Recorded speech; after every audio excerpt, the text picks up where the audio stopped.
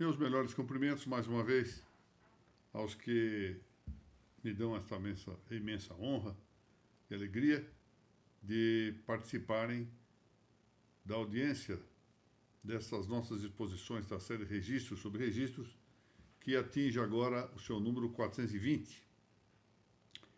Agradeço o apoio de meus estimados confrades e confreiras da Academia Paranaense de Direito Notarial e Registral, bem como também ao apoio que me concede a Noreg do Paraná. Eu, nesse passo, cumprimento o presidente, Matheus Afonso Vido da Silva, e também as anteriores presidentes dessa entidade paranaense, a doutora Mariana Pozzenato Martins e a doutora Mônica Maria Guimarães de Macedo Dalla Vecchia, que deram, enfim, o suporte necessário aqui durante já bastante tempo, mais de 5 anos, nós continuemos aqui nessa atividade semanal, que tem muito contribuído, a meu ver, para que haja um estímulo a grandes doutrinadores, tanto no Paraná, que assume protagonismo nessa matéria, mas também no resto do Brasil, para continuarem seus estudos, aprofundarem as matérias aqui referidas e, de algum modo, portanto, expandir e reconstruir a doutrina do direito notarial e registral. Pois bem, aqueles que têm acompanhado as minhas exposições sabem que, a este propósito, eu tenho dito uma frase que eu ouvi já de meus antigos professores, no sentido de que os estudos são, sobretudo, propícios àqueles que estão acostumados ao toque da realidade. De maneira que o saudoso professor Clóvis Lema Garcia dizia isto: quem entende de café são os cafeicultores. Quem entende de banana, os bananicultores. E eu então digo aqui, quem entende das notas são os notários. Quem entende dos registros públicos são os registradores. Claro que há outros que podem dar palpites, há outros que podem doutrinar sobre isso, mas espera-se que esses notários e registradores sejam aqueles que sinalizem com muito conhecimento da realidade o que é importante para a doutrina. Pois bem, vamos aqui tratar hoje da averbação da reserva legal. A lei 11.284, que é uma lei de março de 2006, e que era destinada à gestão de florestas públicas, visando a produção sustentável nessas florestas, incluiu na lista de títulos objeto de averbação no ofício de registro de imóveis a reserva legal. Então, o artigo 167, no seu inciso 2º, passou a constar dele um item número 22, tratando dessa averbação da reserva legal. Bom, isso já estava previsto, de algum modo, no antigo Código Florestal Brasileiro, a conta de uma inclusão determinada com a Lei 7.803, de 1989, portanto, com bastante antecedência, aí de 11, 17 anos, cerca de 17 anos, ao que veio a prever-se na Lei 11.284. Já se previa, então, embora não constasse especificamente esse título da Lei 6.015, que cabia a averbação da reserva legal, por força, portanto, do antigo Código Florestal Brasileiro. Então, não é novidade dessa lei de 2006. Bom, o que se quer com isto, e aqui parece-me importante destacar, é assinar ao registro imobiliário uma função auxiliar, uma função adjutória para a política ambiental. Eu tenho, algumas vezes, observado que é preciso uma certa cautela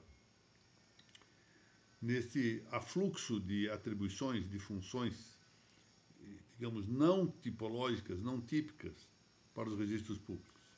Aí está o exemplo do registro civil, fazendo uma série de coisas, tendo mais atividades atípicas do que atividades típicas. É preciso uma certa cautela.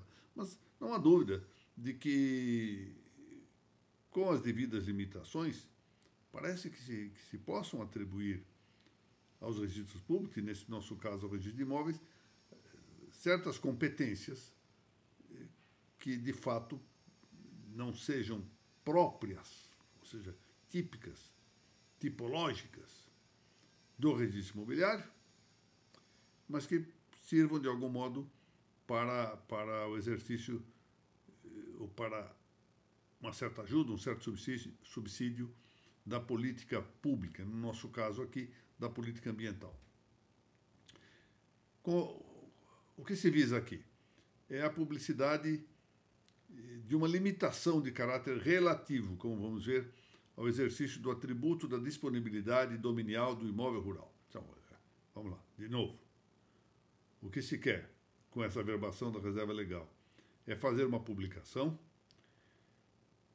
que põe à vista de todos, essa função da publicidade do registro, a limitação no exercício de um atributo da disponibilidade dominial, ou seja, o domínio tem vários atributos, entre os atributos está o da disponibilidade, poder dispor do imóvel, aqui tendo por objeto apenas o imóvel rural, não o imóvel urbano, apenas o imóvel rural, e além disso, essa limitação, como vamos ver um pouco adiante, é de caráter relativo, natureza relativa, não é absoluta.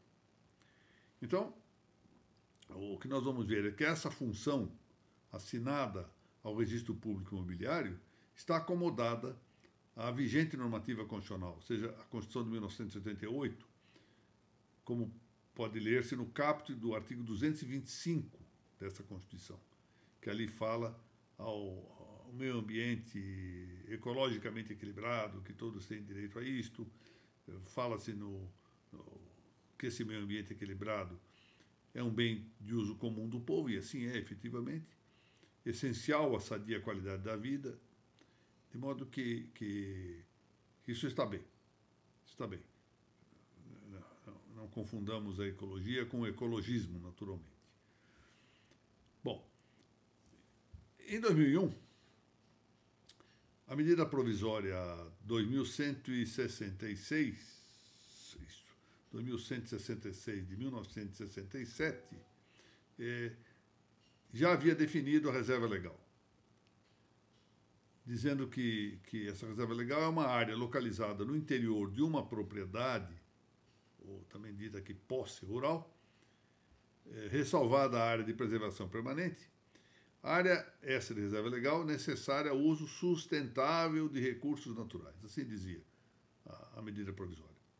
Serviria, portanto, à conservação, à reabilitação dos processos ecológicos, também a manutenção, preservação, conservação da biodiversidade e para hospedar, abrigar a proteção da fauna e da flora nativas. Abrigar e proteger tanto a fauna quanto a flora do local, ou seja, nativas. Como é o diploma que veio revogar essa medida provisória, a Lei 12.651, de 25 de maio de 2012, reiterar esse conceito, demarcando a reserva legal de que se trata. E manteve no essencial essa definição, que depois, essa definição anterior da medida provisória,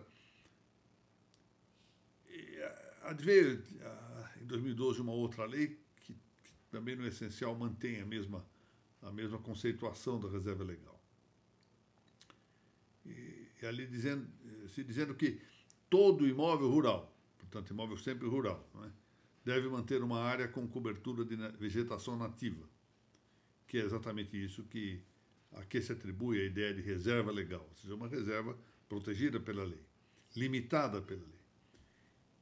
E aí falam-se em percentuais mínimos, não vem ao caso aqui nós estabelecemos um estudo aprofundado disso, porque é matéria que diz respeito ao direito ambiental.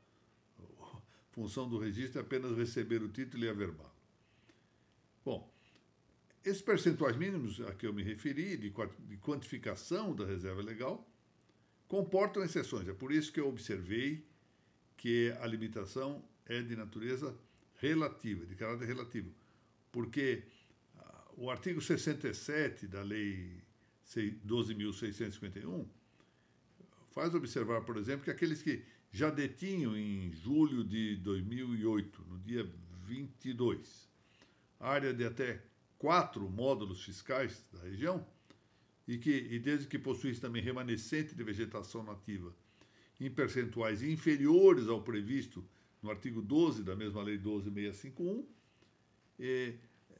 teriam então a sua reserva legal constituída com a área ocupada nessa data referida de 22 de julho de 2008 com a vegetação nativa.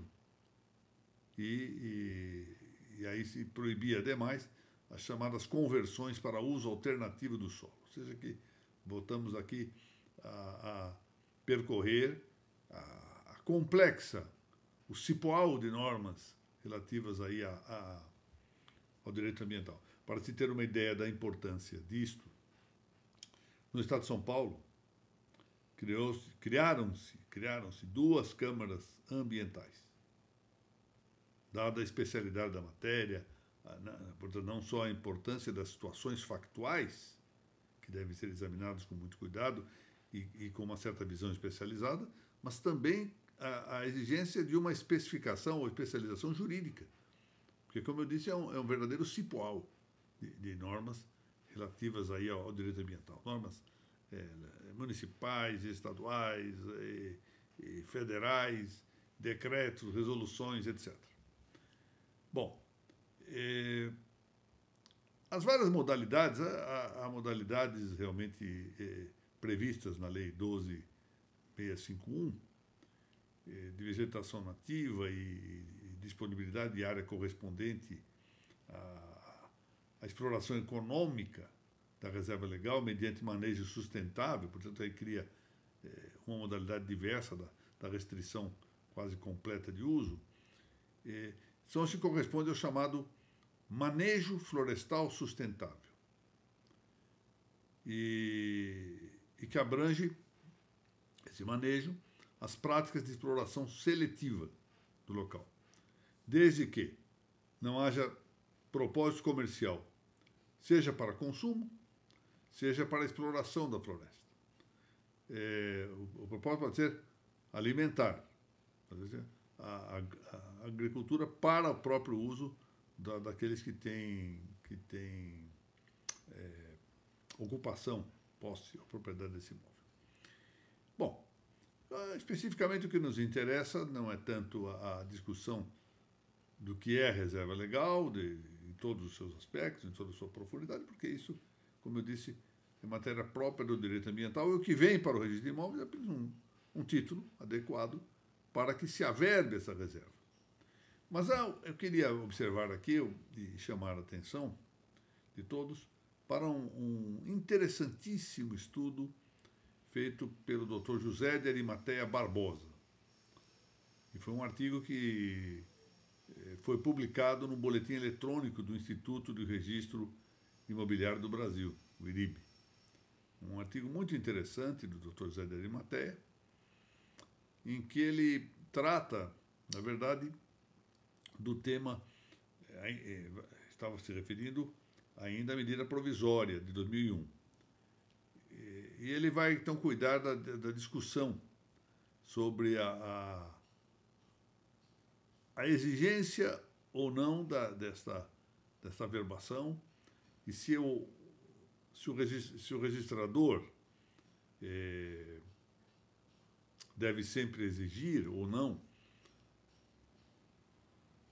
antes da prática de alguns atos, o averbamento correspondente, também o tabelião, se deve ou não exigir o ato de averbação antes da realização de negócios referentes à área. E o doutor José de Arimateia observa, a meu ver, com um estudo muito interessante, é uma matéria controversa, mas é muito interessante, e muito razoável a posição por ele adotada, que, na hipótese de o proprietário não promover ato algum de supressão da vegetação nativa, ele não tem obrigação alguma de averbar a reserva legal na matrícula de seu imóvel. Então, diz ele que o que se trata, na verdade, é de uma restrição administrativa ao uso do imóvel, restrição essa que está instituída em lei, de modo que é desnecessário o ato de averbação para que haja publicidade e eficácia do que já está previsto como com publicidade na lei. E por isso mesmo é inexigível essa averbação para a prática de ato notarial ou de registro relativa a imóveis rurais. Bom, até o texto é interessante, no meu, na exposição escrita, que corresponde a esta nossa explanação oral, eu cito um excerto bastante ampliado desse trabalho do Dr. Zé de Arimateia. Agora, isso não está no texto escrito, eu levanto aqui essa questão, o que eu ponho em dúvida é a análise, e eu volto a dizer que é muito plausível, muito razoável o que sustenta o Dr. Zé de Arimateia, é agora com a inclusão de um dispositivo na Lei de Registros Públicos, que nós faremos com a interpretação que se tem dado ao artigo 169, sobre a obrigatoriedade dos atos que estão elencados no artigo 167, ou seja, a obrigatoriedade do registro da averbação. Então, aí é uma compatibilidade que precisa ser discutida, precisa ser examinada, fica entregue aí ao trabalho, ao estudo, à meditação daqueles que cuidam das questões dos registros e das notas. Bom, me parece razoável esse entendimento, mas nós deparamos, talvez, com uma interpretação, uma compreensão e interpretação um tanto intransigentes acerca do artigo 169. Eu queria lembrar que esse artigo era anteriormente entendido como ônus, meramente ônus, e passou a ser, posteriormente, compreendido como obrigação, como algo que deveria ser obrigatoriamente realizado, ou seja, obrigação no sentido de dever. Não é? Não vamos entrar aqui na distinção entre as coisas próprias da introdução ao estudo do direito, ou mais especificamente do direito das obrigações. Bom, com isso, parece bem acomodada a matéria desse averbamento da reserva legal no registro imobiliário. Eu quero agradecer aqui mais uma vez a presidência da ANOREG do Paraná, Dr. Matheus Afonso Vieira da Silva, bem como aos meus confrades e confreiras da Academia Paranaense de Direito Notarial e Registral. Paraná vem dando realmente passos largos nesses estudos, graças em grande medida, a esse estímulo gerado pela ANOREG do Paraná e também pela nossa Academia Paranaense, bastando ver o recente acordo com o CENOR de Coimbra, né? o Centro de Estudos Notariais e Registrais da Faculdade de Direito da Universidade de Coimbra. Uma cerimônia, como vão lembrar-se, muito bonita, muito concorrida, com muita gente lá no plenário, belíssimo plenário do Egrégio Tribunal de Justiça do Paraná. Muito bem, então até a semana que vem e que Deus a todos nos proteja.